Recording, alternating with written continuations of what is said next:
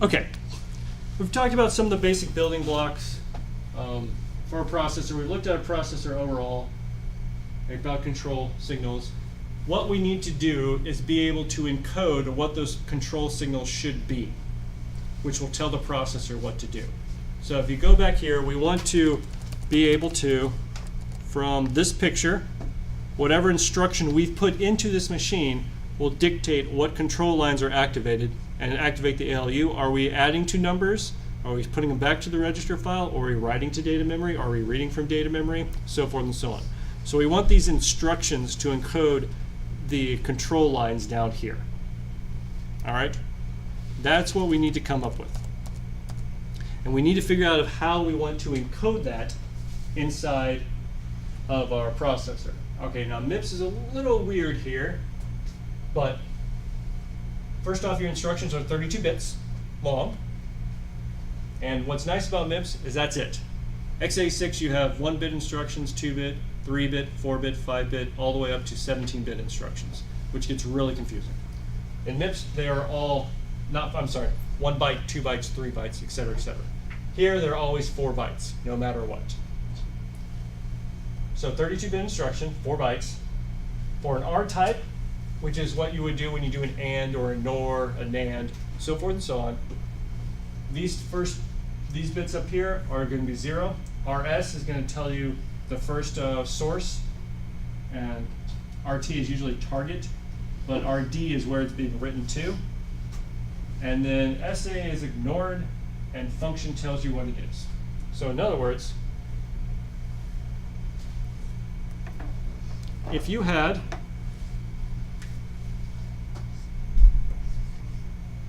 add, let's say $, $ meaning register, register 3, $2, $1. What that is, what we want to say with that register, with this instruction, is I want you to add the contents of register 2 and 1, whatever the contents are of that, put it into register 3. We encode that instruction by add or these bits. So this would be 1, 0, 0, 0, 0, 0. SA, we don't care. Destination, that would be 1. So we have 4 bits, 5 bits. So it'd be 0, 0, 0, 0, 1. RT is 2, so it'd be 0, 0, 0, 1, 0. And destination is 3, so it'd be 0, 0, 0, 1, 1. And the opcode is always 0 for this instruction. Okay? So do you see how I've gone from do this add to the bits of the instruction? Any questions on this?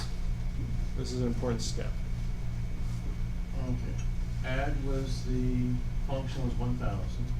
100,000. Well, Yeah, you're missing a few zeros. 5 through 0. I see 5 zeros? Yeah. Okay, yeah, no, I'm good. 1, 2, 3, 4, Okay, 5. that's, yeah, Yeah. so that's our function. So 6 bits. I put SA X's here, but you can make them zeros if that helps. Okay. It's same. But X's doesn't matter, it's the unknown, whatever it is. Yeah, yeah, we'll make them zeros just to Why make is our that life. 1, 5 when the Then function the is register 6? destination There were is... 2. Hold on. What was your question, Caitlin? Why are there some 5 when the function is 6? Numbers. We decided to make it that way. The registers make sense because you have 32 registers, so in order to specify every register, you need 5 bits. So that makes sense for these guys. SA is for some internal cleanup as well as opcode. That's the way they chose it for now. Just let that be. And then the function just determines which one you're doing. Really what this is saying, if opcode is these zeros, jump over, you're going to send this function to your ALU, ignore this, and here are your 3 operands. Because if it's a different type of instruction besides R type, the opcode is going to be different. So the number under RS, that's the actual number for the that S register or whatever. That's the register you will, I'm sorry. Wow, I did this completely Yeah, wrong. that's what, Yeah. And no one stopped me. I was trying to think it through. RD, there we go, RD, RD. There it is, RS, RT. RD is the Yeah, no, that's destination. what I was smelling too. Yeah, that's the destination. Mm. Yeah, sorry, I get that mixed. RD's destination. RS and RT are mixed up. Are they mixed up in this one? Yeah. Yeah, I do have that mixed up. It's coming through the vents or something. There we go. Does it smell like an orange to you? It does. It smells exactly like orange. It's actually great. I appreciate whoever's doing that. It is actually a good thing. Don't look behind you. Just accept the gracious gift that you've been given. We got these like screen things right here. Do not use the man behind the screen. What's that? Nothing. All right, so fix that. So how did you know to put 00011 in the register destination? So I'm saying register. Oh, never mind, it's 3. over there, duh, Register. okay. Yeah, here's your actual example. This is the format of the Yes, got it, instruction. got it. Here's the. There you go. There are a lot of R-type instructions. We can go there. They got some for multiply, divide, NOR, NAND, and adding with unsigned values, adding with signed values. There's a whole slew of them. We're just going to stick with the basics for this class. Sound like a good idea? Yeah. The function's always 6-bit. In this in MIPS 32, yes. Okay, just how it is. In MIPS 32, R-type instruction, yes. That is what we They decided. make it simple. We're trying to make it simple. Other ISAs, because this is the instruction set architecture, will use something else. Then everything else is 5 bits. Just the function. The registers are always 5 bits because that's how you address 32-bit 32-bit register file. The opcode is 5 bits. That's what they chose. SA, ignore that for now. Just, yeah.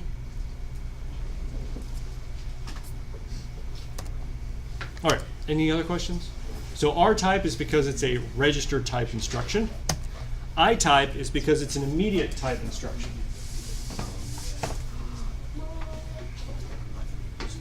Oh, This is very handy if you are trying to load something from memory.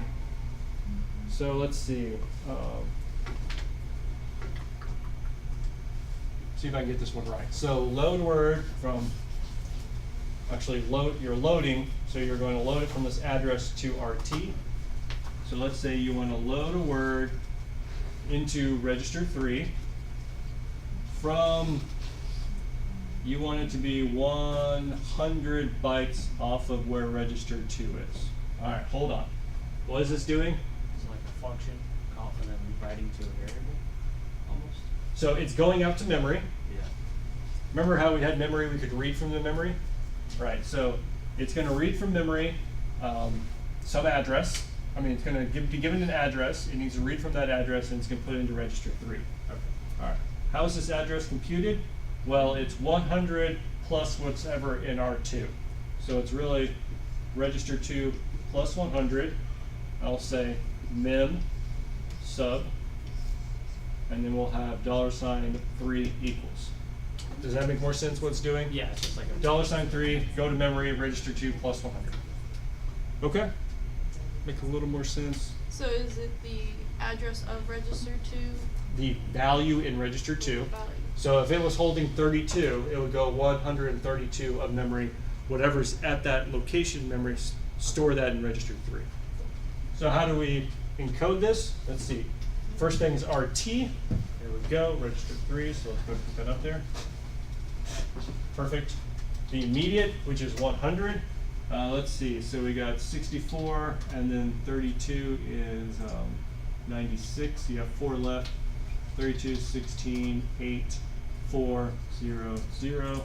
And it's 16 bits, so blah, blah, blah. Okay.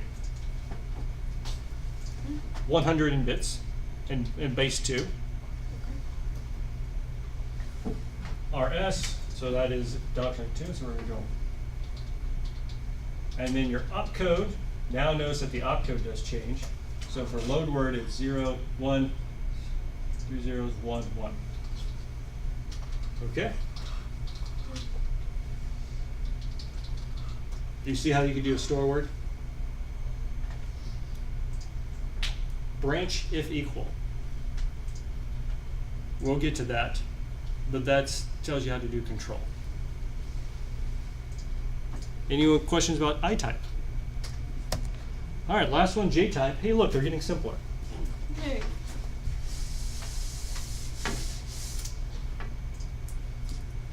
All right.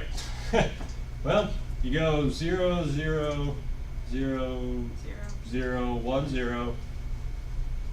Code address. What's that? Code address. Your code is stored in memory. Yeah. This tells you what address in memory you now need to start executing instructions from.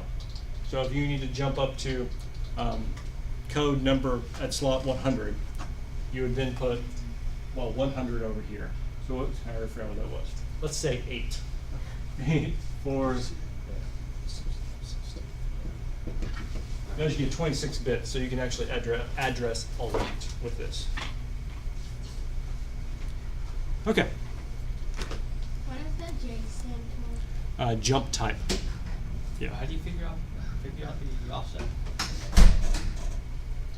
That if you're, remember, when you have this instruction, the jump instruction may be at location 0x 048A. This is hex, and you're telling it I want to jump to 8. So you put right here J, opcode here, and then 8. So then instead of executing the instruction that comes afterwards, it would then execute the instruction whatever's up here. Okay? What was your label? Label, that's your offset, where you're going. We're going to get to this more in a bit. I just want to give you an idea of what it is, because it's not, I'm not presenting exactly correct here, I'm just trying to help you understand it. But the idea of jump is you're going to somehow control from one location to another, go from one location to another. Okay.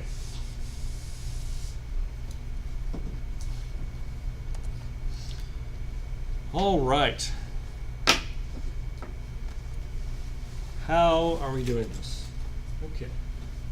Well, so we've talked about instructions. We've talked about how they're going to be formatted. How do we actually put this into our pipeline? Do we get an example? Good.